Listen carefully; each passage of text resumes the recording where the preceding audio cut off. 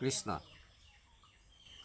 কৃষ্ণ এক দেৱ দুখহাৰী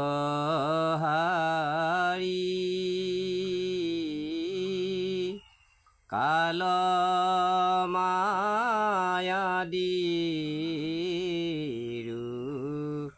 অধিকাৰী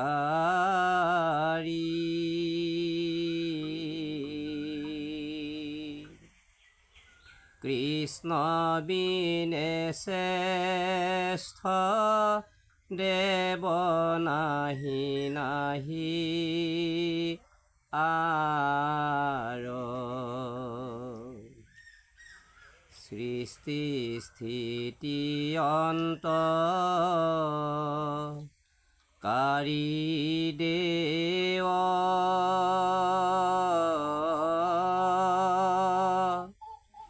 তান্ত বিনে নাহি কেৱ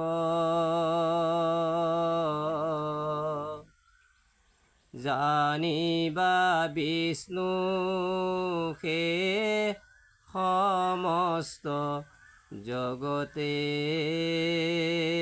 সাৰ কৃষ্ণ আমি মানুহবিলাকে কিছুমান কথা ঠাৱৰ কৰিব নোৱাৰোঁ। ৩৩ কোটি দেৱতাৰ ভিতৰত শ্ৰেষ্ঠ দেৱতা কোন, পূজনীয়া দেৱতা কোন, এই কথাটো আমি ঠাৱৰ কৰিব নোৱাৰোঁ, নিৰ্ণয় কৰিব নোৱাৰোঁ। মহাপুৰুষ মাধৱদেৱে আমাক নিৰ্ণয় কৰি দিছে, খাটাং এটা সিদ্ধান্ত দিছে ঘোষাৰ জৰিয়তে। কি বুলি কৈছে? কৃষ্ণ একদেৱ দুখহাৰী কাল মায়াদিৰো অধিকাৰী। কৃষ্ণ বিনে শ্ৰেষ্ঠ দেৱ নাহি নাহি আৰ। মানে ভগৱান শ্ৰীকৃষ্ণই মানুহৰ যিবিলাক জীৱনত দুখ আছে সমস্তখিনি হৰণ কৰিব পাৰে। সেইটো কৈছে কৃষ্ণ একদেৱ দুখহাৰী। ভগৱান শ্ৰীকৃষ্ণই আমাৰ দুখবোৰ হৰণ কৰিব পাৰে। কাল মায়াদিৰো অধিকাৰী। কাল মানে তেওঁৱেই হয়, কাল মানে সময় তেওঁৱেই হয়, কাল মানে যম তেওঁৱেই হয়। গোটেইখিনি ভগৱন্তই সমস্তখিনি হয়।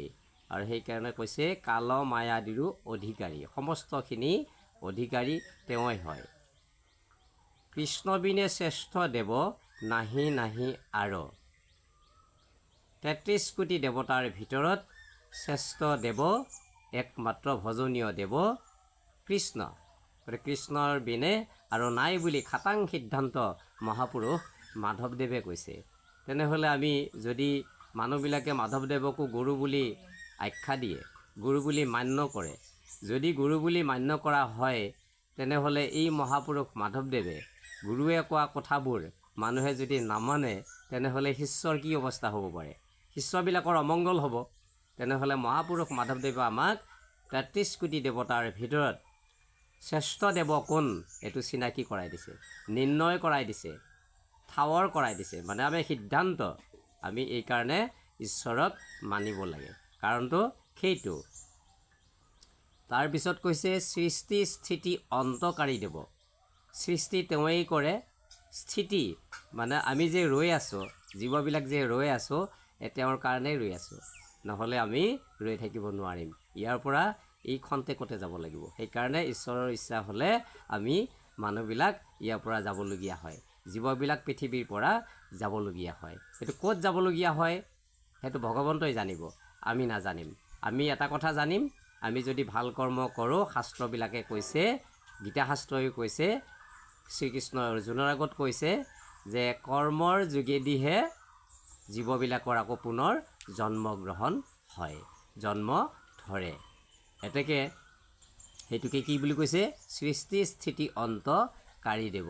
সমস্তখিনি তেওঁৱেই হয়, সৃষ্টিও তেওঁৱেই কৰে আৰু স্থিতিও তেওঁৱেই কৰে, সমস্তখিনি পৰম ব্ৰহ্ম কৃষ্ণয়ে কৰে। তান্ত বিনে আন নাহি কেব ভগৱানত বিনে পৰম ব্ৰহ্মত বিনে আৰু আন কোনো নাই বুলি কৈছে। মহাপুৰুষ মাধৱদেৱে খাটাং সিদ্ধান্ত এটা দি বুলি কৈছে। জানিবা বিষ্ণুকে সমস্ত জগতে সাৰ। বিষ্ণু মানে ভগৱান শ্ৰীকৃষ্ণৰ আন এটা নাম, আৰু তেওঁৱেই এই ত্ৰৈলোক্যত স্বৰ্গ মৰ্ত্য পাতাল এই তিনি লোকত তেওঁৱেই শ্ৰেষ্ঠ দেৱ।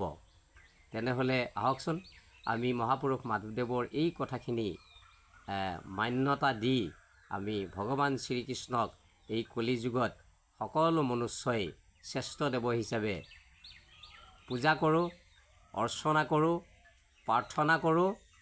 এইটো মহাপুৰুষ মাধৱদেৱে আমাক এটা ঠাৱৰ কৰিলে, কৰি এটা উপদেশ দিলে আমাক। নমো নমো নিত্য নিৰঞ্জন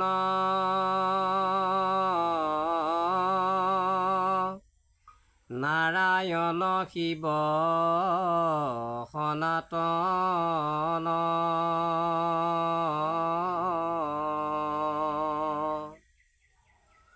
অনাদি অনন্ত নিৰ্গুণ গুণনিয়ন্তা পৰম পুৰুষ ভগৱন্ত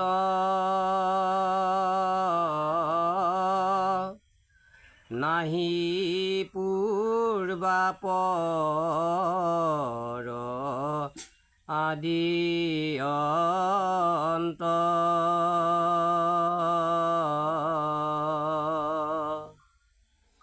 তুমিহে চৈতন্য সমস্তে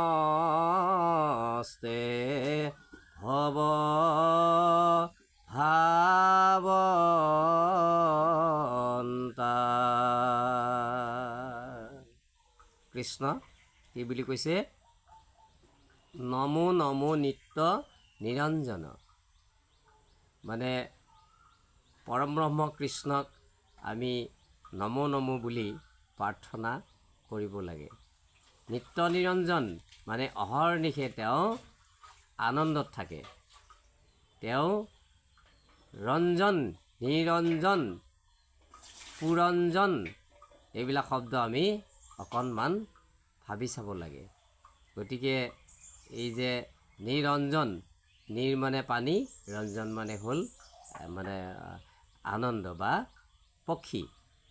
গতিকে এই পক্ষীয়ে যেতিয়া পানীত চৰি থাকিব, চৰি থাকিলে সি আনন্দ পায় নাপায়? পায়। হংসবিলাকে পানীত যেতিয়া হংস পক্ষীয়ে চৰি থাকে বৰ আনন্দ পায়। এতেকে আমি তেনেকৈ ভগৱানৰ নাম লৈ এই পৃথিৱী এই সংসাৰখনত আমি ধুনীয়াকৈ আনন্দত থাকিব পাৰোঁ। সেইটো কৈছে কি? নমো নমো নিত্য নিৰঞ্জন নাৰায়ণ শিৱ সনাতন। নাৰায়ণ তেওঁৱেই হয়, শিৱ তেওঁৱেই হয়, জীৱ তেওঁৱেই হয়, সনাতন মানে হ'ল চিৰস্থায়ী, যিটো চিৰস্থায়ী সত্য, তাকেই সনাতন বুলি কোৱা হয়। গতিকে ভগৱন্তক প্ৰাৰ্থনা কৰা হৈছে, ঈশ্বৰ প্ৰাৰ্থনা কৰা হৈছে। অনাদি অনন্ত নিৰ্গুণ গুণ নিয়ন্তা। অনাদি মানে তেওঁৰ আদিও নাই আৰু অন্তও নাই, নিৰ্গুণ আৰু গুণৰো সীমা নাই, নিয়ন্তা সমস্তখিনি তেওঁৱেই হয়। তাকে কৈছে অনাদি অনন্ত নিৰ্গুণ গুণ নিয়ন্তা, মানে গুণ যদি হয় তেওঁৱেই হয়, নিৰ্গুণ যদি হয় তেওঁৱেই হয়, সমস্তখিনি পৰম ব্ৰহ্ম কৃষ্ণই হয়। সেইকাৰণে আমি মহাপুৰুষ মাধৱদেৱ আমাক এটা ঈশ্বৰ নিৰ্ণয় এটা ঠাৱৰ কৰি দিছে যে আমি ৩৩ কোটি দেৱতাৰ ভিতৰত কাক পূজা কৰিব লাগে, কাক ভজনা কৰিব লাগে আৰু কাক দেৱতা হিচাপে মানিব লাগে। এইটো এটা আমাক নিৰ্ণয় দিছে, মানে খাটাং সিদ্ধান্ত দিছে। পৰম পুৰুষ ভগৱন্ত নাহি পূৰ্বাপৰ আদি অন্ত তুমিহে চৈতন্য সমস্তে ভৱ ভাৱন্তা।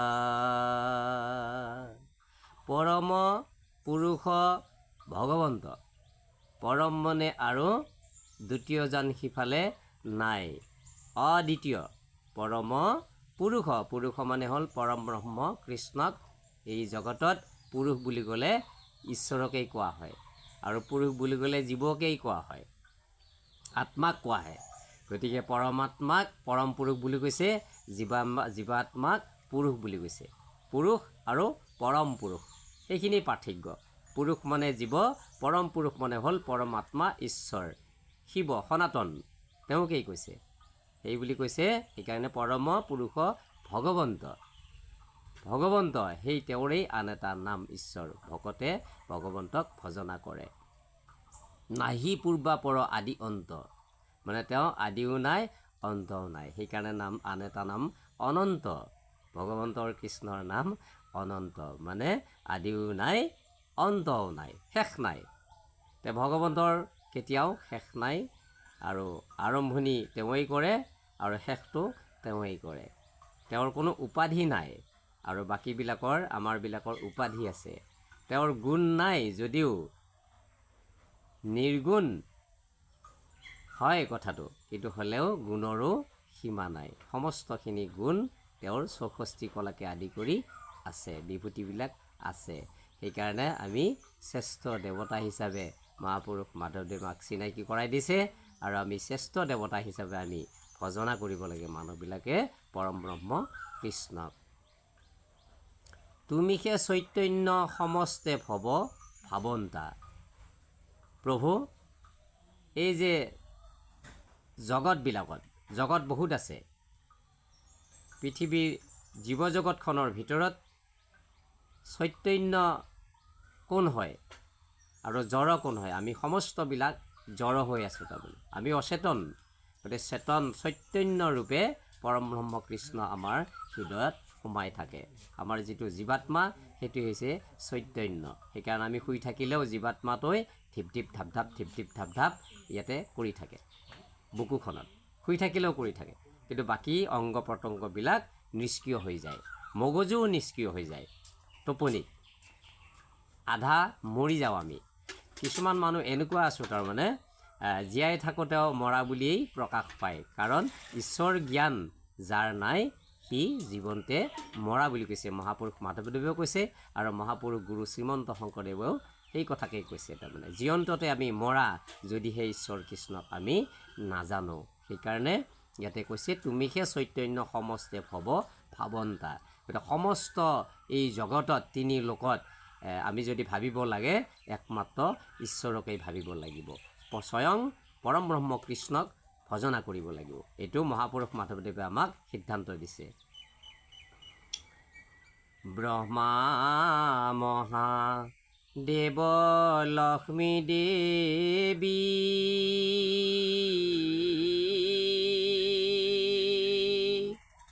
কায় বাক্য মনে স্থিৰ কৰি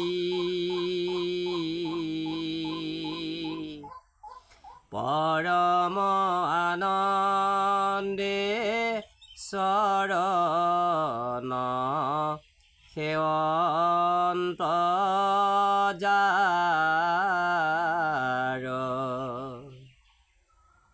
সদা জন্ম মৃত্যু জৰাহীন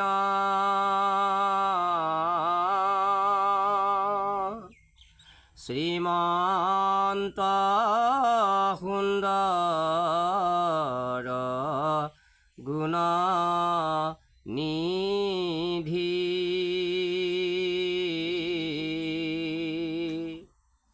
বিষ্ণুত বিনাই কোন দেৱ আছে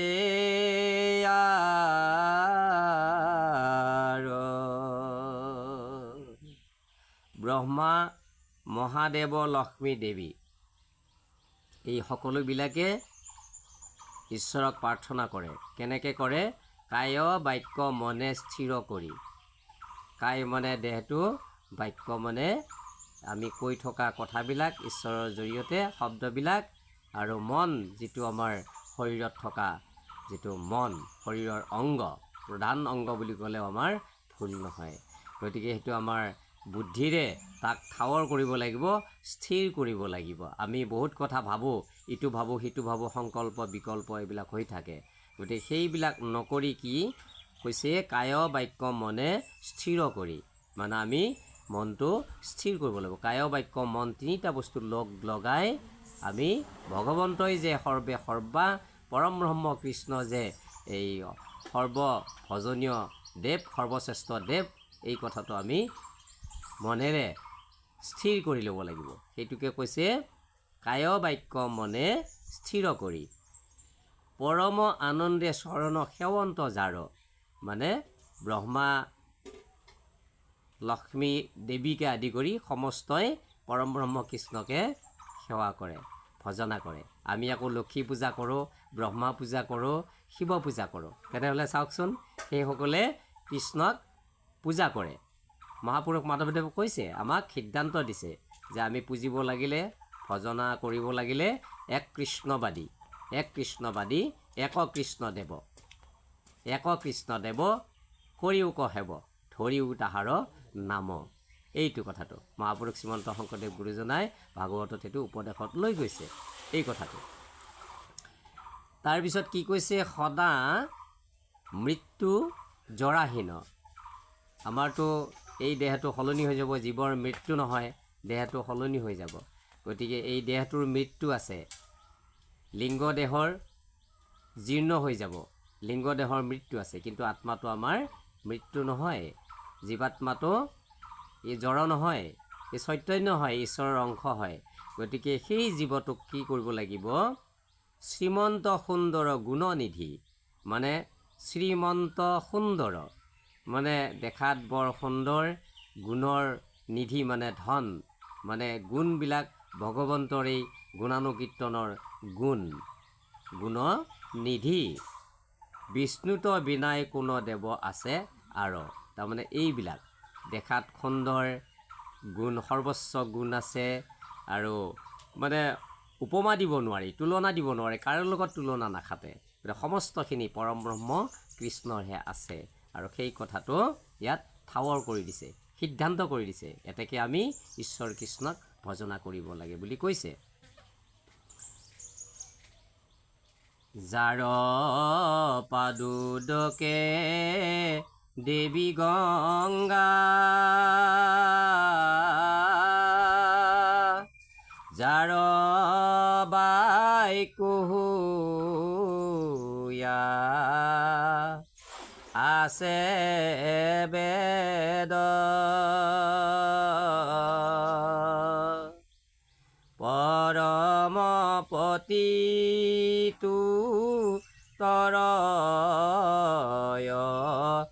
যাৰ যাহাৰ নামে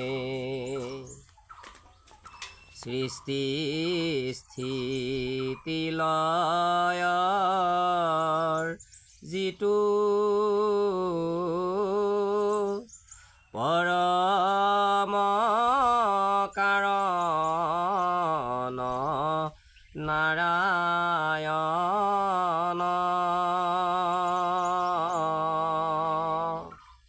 হেন ঈশ্বৰক নভজ কোন কামে, হেন ঈশ্বৰক নভজ কোন কামে। কৃষ্ণ মহাপুৰুষ মাধৱদেৱে খেদ কৰি কৈছে, কি বুলি কৈছে? যাৰ পাদুদকে দেৱী গংগা, যাৰ বাক্য হুয়া আছে বেদ, পৰম পতিটো তৰয় যাৰহাৰ নামে। গতিকে আমি গংগা আদি কথা বতা তীৰ্থ স্নান কৰিবলৈ ঘূৰি ফুৰোঁ, নালাগে। নামে গংগাৰ জল চৰণ কমল, বৈ আহে হৃদয়ৰ মাজে। আমি মুখেৰে যেতিয়া ঈশ্বৰ কৃষ্ণৰ নাম ল'ম, তেতিয়া আমি গংগাকে আদি কৰি সমস্তখিনি আমাৰ হৃদয়ত স্থিতি হয়, মানে পৰব্ৰহ্ম স্থিতি হয়। কাশী গংগা গয়া সমস্ত তীৰ্থ আছে যিমান, সমস্তখিনি ঈশ্বৰেই হয়। সেইকাৰণে আমি ভকতক ভজিলে কৰ্মজৰ গুচি যায়। ভকত আৰু ভগৱন্তৰ লগত পাৰ্থক্য নাই, বিষ্ণু বৈষ্ণৱৰ পাৰ্থক্য নাই। মহাপুৰুষ মাধৱদেৱে খেদ কৰি কৈছে, সৃষ্টি স্থিতি লয়ৰ যিটো পৰম কাৰণ নাৰায়ণ।